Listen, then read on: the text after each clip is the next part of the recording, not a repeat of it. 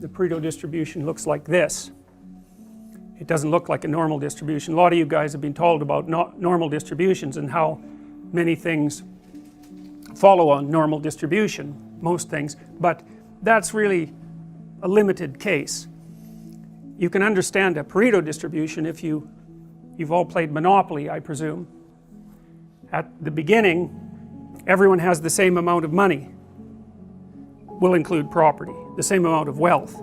Then what happens as the game progresses, and really as a function of chance, I mean, I know you have to use your head a little bit in Monopoly, but the basic rule is just buy everything you can get your hands on and then trade meanly, something like that. So at the beginning everybody has the same amount, and then as you begin to play, if you had enough players, you would develop a normal distribution, because some people would win relatively consistently and some people would lose relatively consistently, and so the money starts to be distributed in a normal distribution. But the thing about money, and the thing about lots of things, is that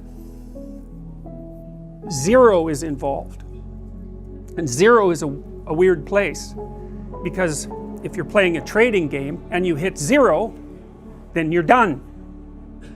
And it's very hard to recover from zero, and you know, it's really hard to recover. You know when you're doomed in Monopoly. You know, you can tell. You've got some resources, but there's going to be some crisis when you land on some hotel, and you're going to get wiped out. You know it. So there's a point at which you're headed for zero, even if you have something. You know, and you might be rescued by luck, but you know when you're doomed. So what happens is that as you continue to play Monopoly, more and more people stack up as zero, and fewer people have more and more money, and when the game is over, everyone has nothing except one person, and they have all of it. Now the funny thing about that is that in some sense that's how trading games work. You know, you might wonder why there is inequality in a society, and it's easy to consider that it's because the society is corrupt, and perhaps, you know, societies are somewhat or horribly corrupt. That's the variation. There's no society that's without its criminal element and fixed element. Anyways, trading games tend to produce a Pareto distribution so that very many people have very little and a tiny minority have a tremendous amount. That's the 1% that you hear about, right? And you know, the thing about that 1% is that that's happened in every society that's ever been studied. It doesn't really matter what the governmental system is, and it certainly happened under the Soviets, that's for sure. And there was a lot of people who had enough zero so they just died.